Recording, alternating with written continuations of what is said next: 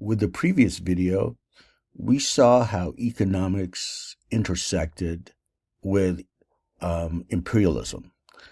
And let's recall we discussed how the visionaries of U.S. empire began to see Hawaii as highly coveted due to the fact of its perfect geostrategic location in the Pacific Ocean, that's located between, the West Coast and the continent of Asia. But at the same time, the economic connection there because of the emergence of the sugar industry in Hawaii after the Great Mahele. And also remember, however, that the American sugar planters that wanted to gain profit through its sale of their sugar to the U.S. mainland were at a economic disadvantage compared to the Caribbean sugar plantation owners. Why? Because of the higher tariffs that were placed upon Hawaiian sugar. So at this point, the Hawaiian sugar industry could not really compete with the Caribbean producers. But something would shift the landscape here in both the imperial and economic sense with the Reciprocity Treaty in 1875. This treaty was negotiated by the Hawaiian king and the United States government, which allowed Hawaiian sugar to be sold in the United States without paying import taxes or tariffs, to use our term. And in return, Hawaii agreed to give the United States most favored nation status, meaning that, to give them privilege when it comes to trade relations. All right. So ultimately, this made sugar plantations Hawaii much more profitable. And it definitely tied the Hawaiian economy closely to the U.S. Market. And over time, that economic dependence gave the American businessmen in the islands much more power in Hawaii, especially politically. Now, as noted here in the slide, this treaty would have an extension in 1887, which would grant the U.S. exclusive access to Pearl Harbor as a naval base. All right, so here is where you see this treaty, again, merging economics with imperialism and militarism, and therefore it's more vulnerable, even more vulnerable, to U.S. influence and eventual takeover. Now, the immediate effect of the Reciprocity Treaty was the explosion in sugar production and export revenue. And the plantation agriculture in Hawaii, as you can imagine, expanded rapidly. And American investment deepened rapidly as it took hold over the island's economy. So, as I just mentioned, this treaty institutionalized economic dependency upon the United States. Okay. Now, it is true that the Hawaiian Kingdom remained sovereign and remained formally independent, but still it's deeply tied to the American market here. And you also see militarism starting to impact the islands, right? And let's not forget this, it strengthened the political influence of American planters and American businessmen that lived in the islands. Okay, and many of them were born and raised in the islands, right? They're the descendants of the early or earliest settlers from the United States. But in summary, it marked the consolidation of American economic power even before formal annexation of Hawaii as a territory. So let's kind of summarize what's happening here. By the time the Great Mahele of 1848 happened, right, and then decades later, the Reciprocity Treaty, by the time this was signed, Hawaii had undergone profound transformations. Okay, first, you see the indigenous or local systems of land tenure now being reshaped under Western property law, Western norms, right, which commodified the land. And let's remember this displaced the natives from land ownership. Number two, you see American, especially the missionary descendants, occupying positions of political influence and, of course, economic influence. Third, you see the sugar industry linking the islands to U.S. capitalism, and particularly to the United States. All right.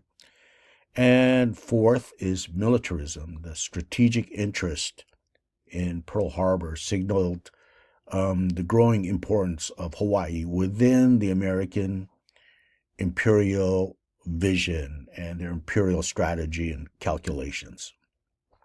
So this treaty represented a turning point insofar as I just mentioned this, right? It deepened the dependency of the islands upon the U.S., while at the same time weakening the power of the monarch and the independent country itself.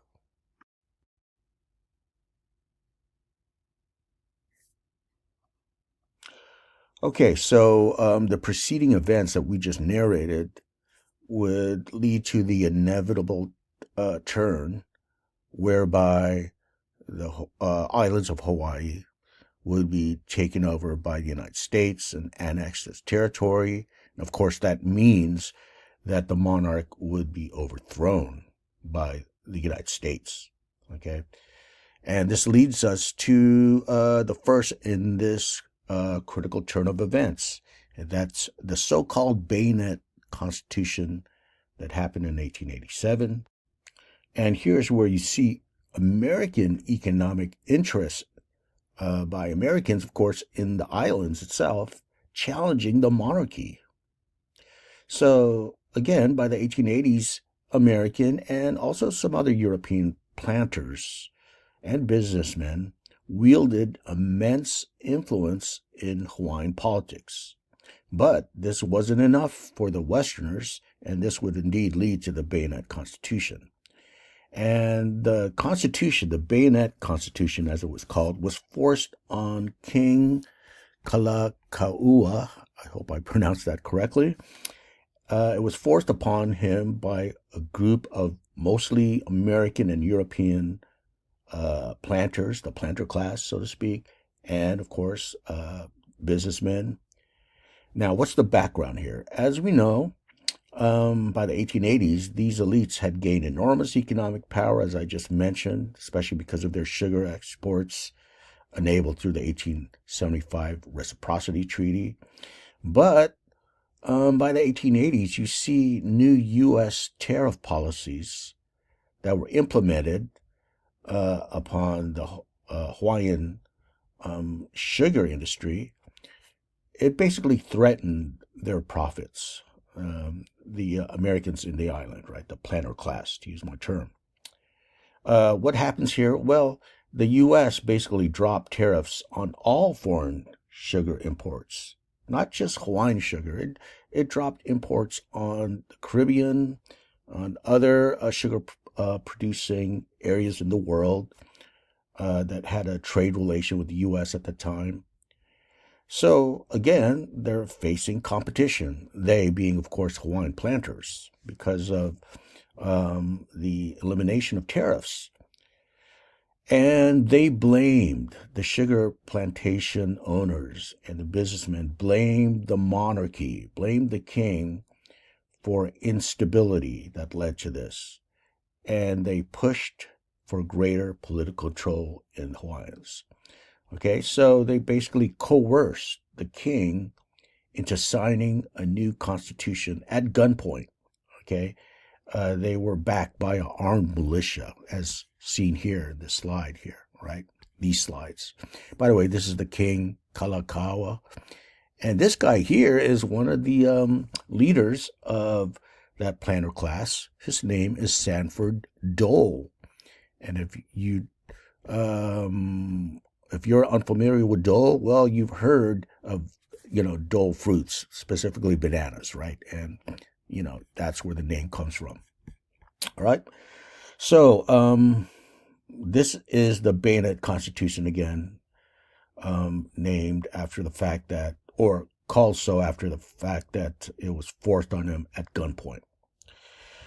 And what the Constitution did is, as mentioned, it reduced or diminished the power of the king's authority and gave more power to the business elite, to property owning elites in Hawaii.